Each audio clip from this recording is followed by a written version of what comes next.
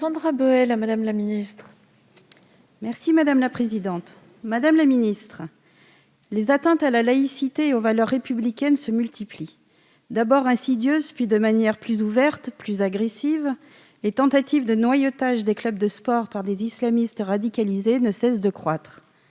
Un récent rapport parlementaire, ainsi que le livre d'enquête, le livre noir du sport, font état de ces dérives dans le milieu du sport. Les nombreux témoignages des professionnels du sport, des dirigeants de fédérations, des fonctionnaires d'État, des collectivités territoriales de l'UCLA, des services de renseignement sont à prendre au sérieux. Tous ont signalé une multiplication de dérives, port de signes ostentatoires, pratique de la prière sur les lieux de sport, horaires et jours d'entraînement et de compétitions conditionnées par le calendrier religieux, marginalisation ou exclusion des adhérents non musulmans, déploiement des clubs non mixtes et communautaires, prosélytisme, la liste est longue. Ces islamistes radicalisés sont des licenciés, des dirigeants, des encadrants ou des éducateurs. Ils sont présents dans toutes les disciplines sportives et particulièrement dans les clubs de sport, et particulièrement dans les sports de tir et de combat où ils s'entraînent, parfois même pour se préparer avant le passage à l'acte terroriste. Pour rappel, tous les terroristes qui ont commis des attentats en France étaient des licenciés assidus de clubs de sport. Nos services de renseignement français sont bien informés de la montée de ce fléau. D'ailleurs, le site du gouvernement, stopdjihadisme.gouv, désigne les clubs de sport comme le premier lieu de radicalisation devant les prisons et les mosquées. Pour les islamistes radicaux, les clubs de sport sont à la fois un lieu d'embrigadement et d'aguerrissement.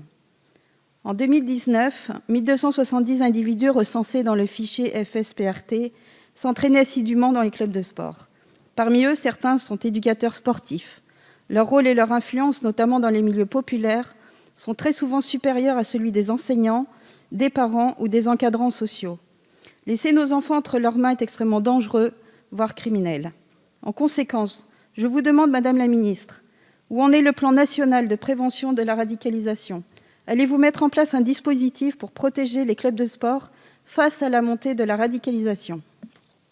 Merci Madame la députée. Madame la Ministre.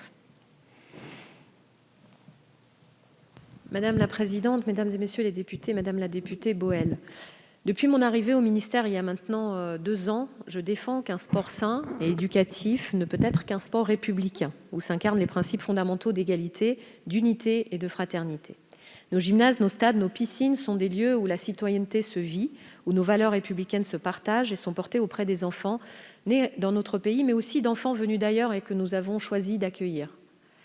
Ma conviction est que tout citoyen sincère dans sa démarche sportive devrait pouvoir pratiquer son sport dans un cadre associatif, sans risque d'en être écarté en raison de ses croyances religieuses. La laïcité, poumon de notre République, nous engage en effet à conjuguer liberté de conscience et d'expression religieuse avec les principes d'égalité, de respect, d'épanouissement qui fondent l'organisation de nos activités sportives. Bien sûr, pour défendre ces valeurs portées par ceux qui font le sport au quotidien, il nous faut parallèlement mener sans faiblesse et sans ambiguïté la lutte contre toute tentative de propagande à l'égard des jeunes vulnérables, toute forme de radicalisation religieuse ou de dérive communautaire. Cette lutte passe par plusieurs actions déjà déployées par mon ministère. D'abord, une meilleure formation initiale et continue de nos éducateurs pour qu'ils puissent être éveillés face aux situations, qu'ils sachent les aborder, réagir et qu'ils engagent des procédures claires et efficaces. Ensuite, la création d'une mission nationale d'appui au sein de la direction des sports. Elle accompagne nos services déconcentrés et anime le réseau des référents que j'ai créé au sein des services déconcentrés de nos établissements, les CREPS, mais aussi des fédérations sportives. Les phénomènes de radicalisation sont complexes et j'ai toujours pris soin de ne céder ni aux raccourcis ni aux approximations. Dans le respect de la loi française, je n'ai notamment pas accès aux données FSPRT ou aux fichiers S. En revanche, avec le soutien du CIPDR, des travaux de recherche scientifique sur la radicalisation dans le sport vont être engagés. Ils seront complétés par ceux d'une mission de l'Inspection générale de l'éducation, du sport et de la recherche sur les phénomènes de radicalisation dans les structures d'accueil de la jeunesse.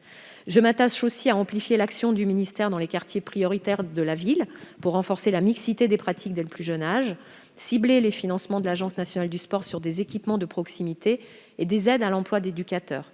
Enfin, j'ai souhaité que le sport contribue activement au futur projet de loi confortant les valeurs républicaines, les principes républicains et renforce l'engagement du mouvement sportif au service du vivre ensemble et des valeurs de notre République. Vous l'avez compris, Madame la députée, pour moi, le sport doit être fier de ses valeurs humanistes et multiculturelles. Et pour les défendre, il doit lutter avec détermination contre toute atteinte au pacte républicain. C'est le sens de mon engagement et c'est l'héritage que notre gouvernement s'honorera à laisser aux générations futures. Merci Madame la Ministre. Madame la députée. Madame la ministre, je prends acte de votre réponse et je me réjouis que vous comptiez lutter contre ce phénomène de radicalisation. Le sujet doit effectivement être traité avec la plus grande importance et vigilance. Cependant, pouvez-vous assurer que les contrôles dans les clubs de sport seront bien renforcés et que les clubs radicalisés seront fermés ? Par ailleurs, les subventions publiques ne pourraient-elles pas être conditionnées au respect des règles de neutralité et de la laïcité ? Le ministère compte-t-il mettre en place des réseaux de lanceurs d'alerte avec des référents formés sur le modèle du dispositif de la région Île-de-France ? Les éducateurs sportifs qui sont en première ligne ne pourraient-ils pas recevoir une formation spécifique à la prévention de la radicalisation et des atteintes à la laïcité et aux valeurs républicaines ? L'autorisation d'exercer des éducateurs sportifs, vous en avez parlé, ne pourrait-elle pas être conditionnée à la vérification du fichier FSPRT ? À l'heure où le terrorisme fait rage, où les attentats, notamment à Paris, se sont multipliés et où la menace terroriste est omniprésente, le gouvernement ne doit pas attendre que le pire se produise pour agir. Je vous remercie. Merci Madame la députée.